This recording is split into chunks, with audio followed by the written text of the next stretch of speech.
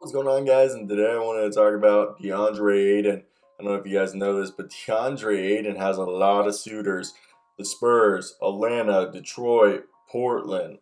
When they say Atlanta, Atlanta's also tied to Zach LaVine. San Antonio's the other one, Charlotte as well. But San Antonio's one of the few teams with significant cap space, and I expect if they went for Ayton, they would do a sign and trade and probably send Pirtle there. If Atlanta did it, they would have to probably send Clint Capella there because obviously they would have two big men.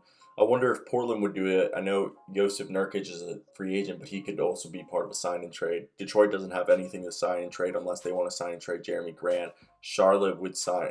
The only sign and trade option would probably be Gordon Hayward or maybe Kelly Oubre. But let's just talk about it. Let me hear your thoughts down below. Do you think he stays or who do you think he's going to go? The Suns' restricted free agent is expected to command a max contract, according to Jake Fischer of Bleacher Report. And there's skepticism around the league if the Phoenix will be eager to match that deal.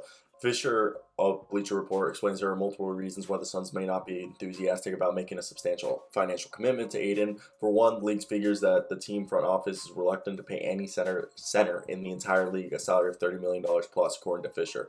And it's probably unwise to draw any conclusion based on a small sample size of regular season games, but Fischer notes that the Suns, didn't miss a beat in January when Ayton was unavailable, and their modestly paid centers like JaVale McGee and Bismack Biyombo filled his role just as good as he was. And the Suns are already heavily invested in Booker, Bridges, and Paul, and would push their team salary well beyond the tax line, the luxury tax line, if they were to sign into a lucrative new deal. And Robert Sarver has said the right things publicly about his willingness to be a taxpayer, but it's unclear what sort of appetite he does have for a significant tax bill, especially if it spans multiple seasons. And it also remains unclear how the NBA's investigation into Sarver's conduct may affect the ownership situation. Additionally, the league sources with knowledge of the situation have admitted that Ayton may not be one of Monty Williams' favorite players, and Ayton might not like Monty Williams. Supposedly, Williams has gripes about Ayton's focus. The big man played only 17 minutes in the final game of the Suns season, and earlier this month, Williams referred to the decision as internal in his post-game comments. The Hawks, Pistons, Trailblazers, Hornets, and Suns have all been frequently linked as potential suitors. Some of those clubs have the cap room necessary to make a serious bid for him, and the Suns will control the process as their ability to match any offer sheet, and they could also sign and trade him. If a rival suitor is unsure whether or not Phoenix will match its offer, an attempt to negotiate a signing trade to acquire him outright might be the safer move, and there's a belief that the Suns are open to that idea, Fischer writes. Now, with that being said, like I said, we just talked about it. Jeremy Grant's the Pistons trade chip.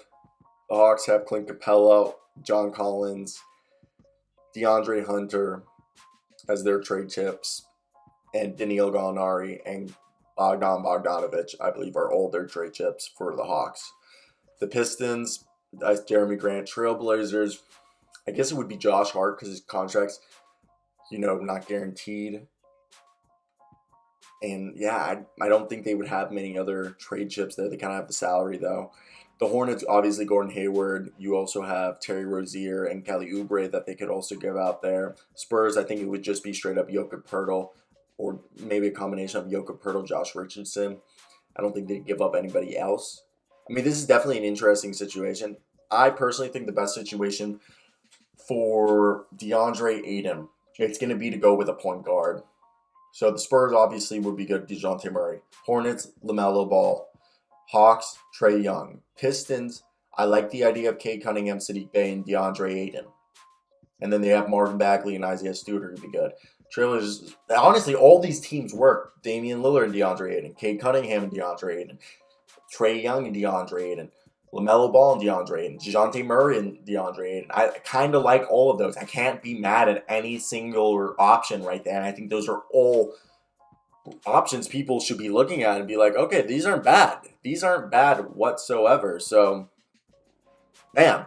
Also, guys, I'm going to get a new microphone. I'm getting the Rode Podcaster. It's going to be here tomorrow or Thursday. It said Thursday when I bought it. It was 2 days shipping. I bought it on Monday. I bought it like Tuesday morning. It was in the middle of the night. I'm also buying a DSLR and a few more cameras. There's going to be a lot of investments. Also, I'm buying a domain name. Big time stuff. That's a video. Where do I want DeAndre Ayton to go? Either the Hawks, the Spurs, or the Hornets. Or the Pistons or the Trailblazers. I'm fine with any of these teams getting him. That's the video, guys. Hope you guys do enjoy. Goodbye.